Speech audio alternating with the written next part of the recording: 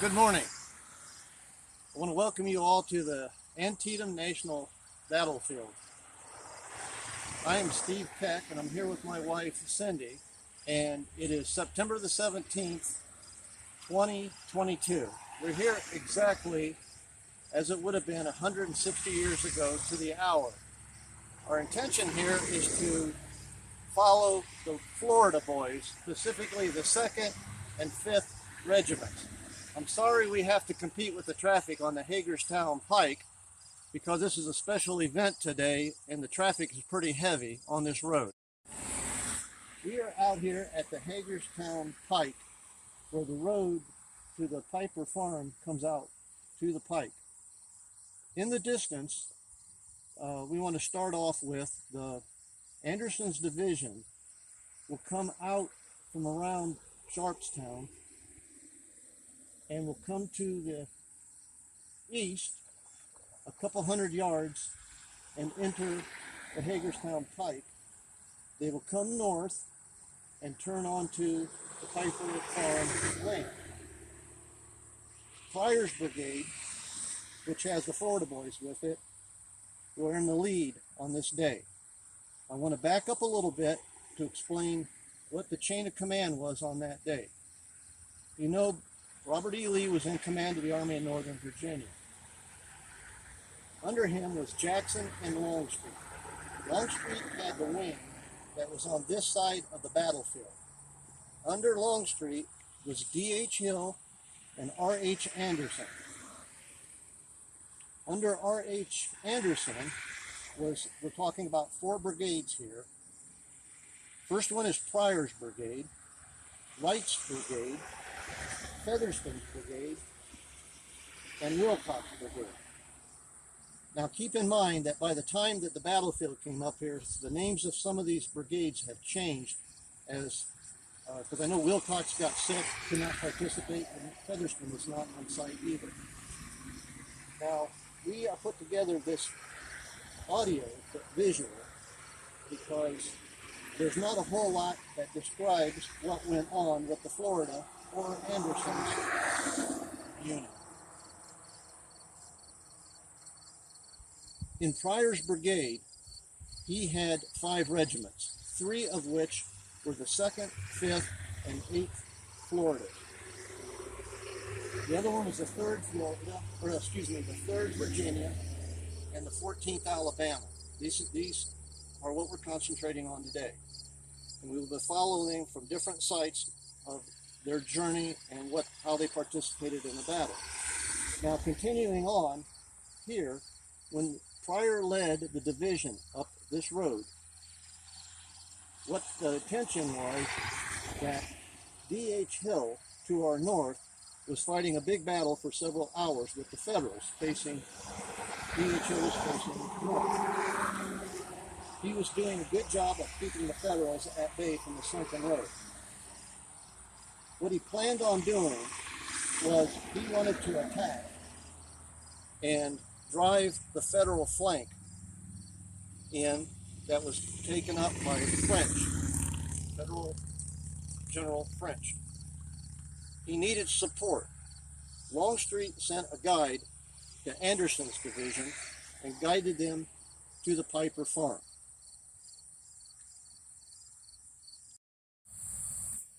We relocated the camera a little bit to get away from the road. We are looking down the Piper Farm lane. As you can see, we're at the time of the season when the corn is at full tassel, and some of these shots are going to be all corn. But just keep in mind that the Pryor leading the division came down this lane. When they got to the farm, Pryor and the Florida boys turned to the left, went north, up over the hill, into the orchard.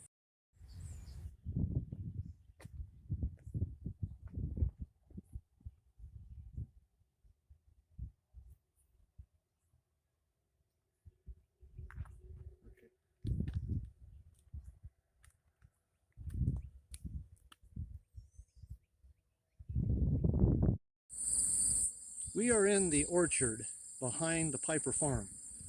What she's starting this video out is she's pointing towards the Piper barn itself. just to the right of it a little bit, you're going to see a high hill. Now, when Anderson formed his division, the Pryor's Brigade anchored on the right flank of the division in this orchard, and it formed line all the way back to where, if you take a look to the right a little bit, pan to the right, okay, you'll see a brick house over there with a two-car garage on it. That would be the Hagerstown Pike, which would be the left flank of Anderson's formation. Cindy's going to pan around to our right, and while she's doing that, I'm just going to give you a little bit of a description of this orchard. Behind us, there is Miller's battery, and at this time of the morning, he's firing at the Federals to the east. Problem he has is he's going to run low on ammunition, and he is receiving fire from batteries that are over towards what is now the new Welcome Center, Visitor Center, and from the Federals to the east. With Pryor's Brigade and the Florida Boys down here, they're in a hollow. So while they're down here, they're getting the overshot, I call it, that does not strike Miller's batteries. It comes over the hill and lands here in this hollow, in among the Florida Boys. The 2nd, 5th, and 8th regiments took horrendous casualties while they were in here. From this location also, I want to describe that once Anderson formed his division to attack north, he rode down through this valley that we're panning through, and down there towards the road where the big fences are, I understand that he met D.H. Hill to coordinate the attack. After they met and finalized what they wanted to do, Anderson departed to rejoin his division. Somewhere down there in that low spot, Anderson was shot and was carried off the field.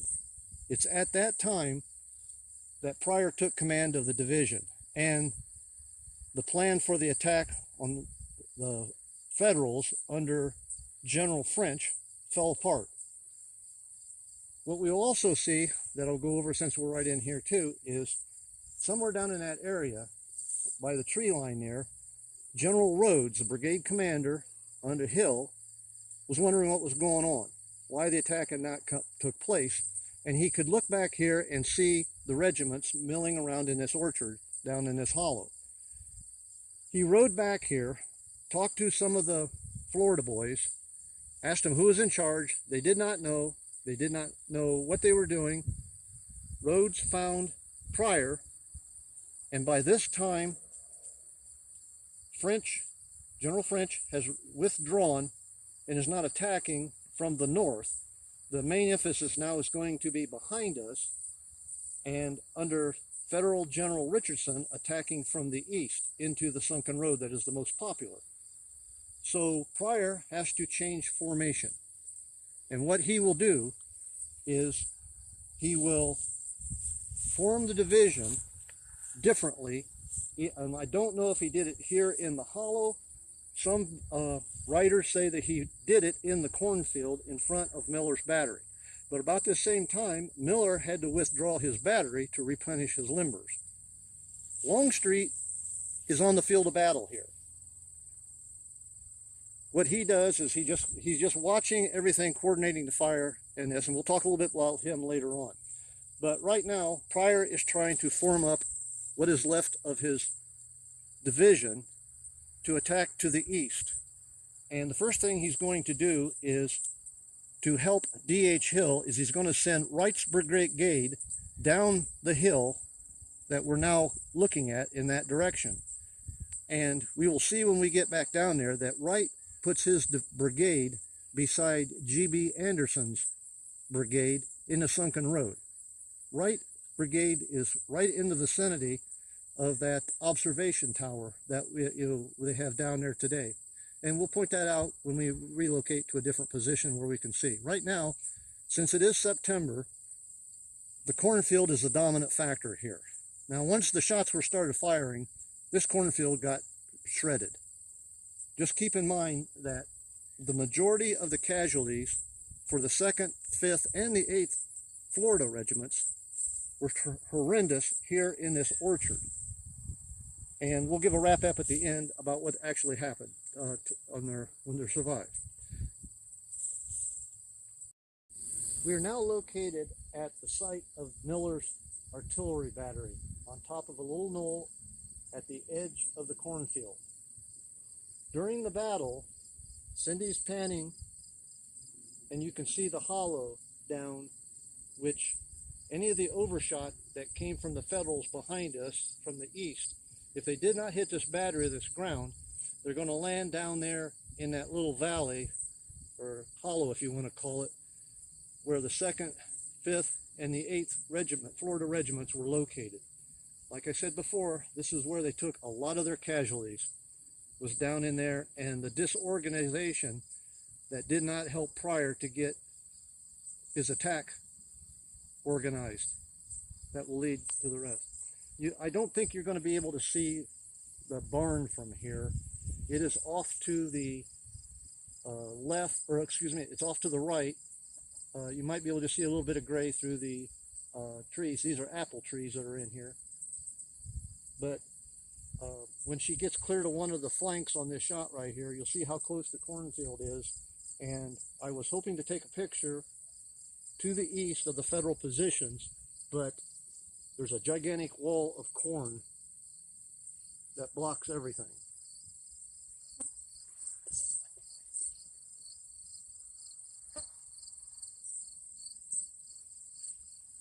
Position she is right now is we're facing east, and you can see how tall the corn is.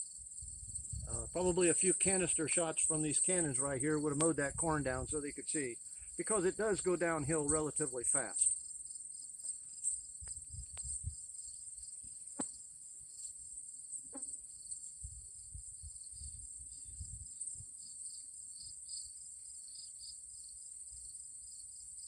We're standing down here at the sunken road, just on the bank that's on the west side, and we're looking towards the observation tower. The first thing I want to mention here is the tree in front of us. There's black and white photographs that were taken the day or two after the battle. We believe that's the same tree. What they've done is they've trimmed it up, and it looks very similar to what is in the black and white photos of that time. Now, back when this battle took place, the cornfield to our right came all the way down to this fence, within 5 or 10 feet of the embankment to the sunken road. So, as we pan around to our right here, and you're going to take in an area here, we're going to show you where the 2nd, 5th, and 8th Floridas came down this cornfield.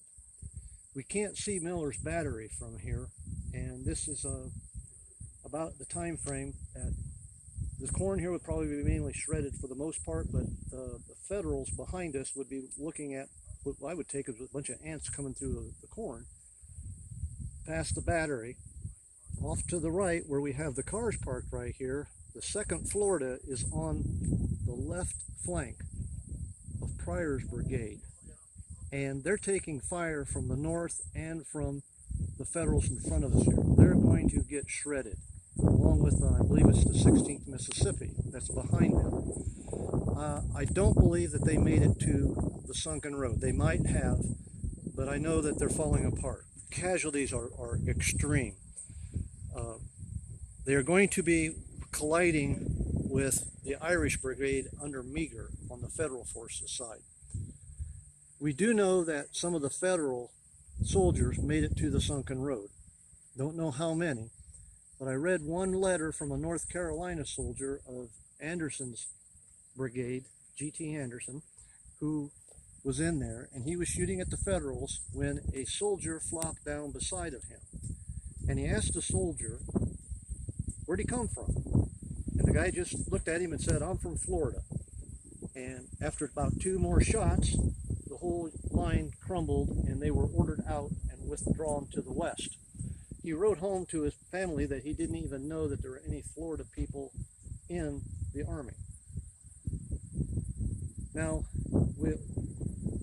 when you're looking back at this cornfield here, it's just, you got to be on the ground here to see what it is. They're coming down probably 40 feet at a very gradual incline from Miller's battery down to the sunken road. Longstreet is up there in the vicinity of the battery. Once Miller's caissons and limbers are resupplied, he moves the battery back up on top of the hill so he can help support this operation down here. They are so badly decimated that Longstreet orders his staff to fill in manning the guns. Longstreet holds their horses, and if you can imagine, he's standing there holding the horses, looking through binoculars, directing the artillery fire, but he's also got a carpet slipper on. I think it's his left foot. Because of a bad bruise or sore something's on her, he can't wear boots on that. But he is here on the field. And what we're going to go ahead a little bit, advance a little bit more. We know that later, when the Federals do cross the road, after all the Confederates have withdrawn to the east, basically in a jumble, that in my readings there was 3 Federal regiments that climb this hill to go towards the battery. One of them is the 5th New Hampshire. Depending on which book you read, which source, what they claim is that Longstreet organized a counterattack. That included the 5th Florida and an Alabama unit that counterattacked the 5th New Hampshire, and I think it's the 81st or 83rd Pennsylvania. They had a sharp engagement approximately around 12:30, and although they were able to stop the Federals, Longstreet claims that they could not push them back across the sunken road. What would happen about that time is that these 3 regiments that had started up towards the battery, the rebels are now gone from the field here and have pulled back to around the Piper Farm area in a big jumble. D.H. Hill's division that's left over and would have been Anderson's division are now all mixed in together. They try to coordinate a counterattack to come to the sunken road, but they don't even get started because it's just too confusing and they can't accomplish anything. By 1 o'clock, Federal General Richardson, with his forces, they are exhausted, running low on ammunition, and the artillery fire sweeping this area is so great that he pulls back all of his Federal forces to his side of the sunken road. So by 1 o'clock, the fighting has died down here. The Federals are now on their side of the sunken road, which 160 years ago, it was not a cornfield. It was a bare field. I don't know what was done, what was in it, what was planted or anything like that. But we're basically at a standoff. Federals are on the east side of the sunken road, and the 2 decimated divisions are around the Piper Farm area. Now what will happen with them is they will get organized, and what's left of Anderson's division, to include the 2nd, 5th, and 8th, they will go from basically the Piper Farm Lane, north to about where the visitor center now. There is a stone wall along there. They will be behind that stone wall defending it, and they will stay there until they are ordered the following night, which would be September the 18th, before the 19th, and they withdraw across the Potomac in the night.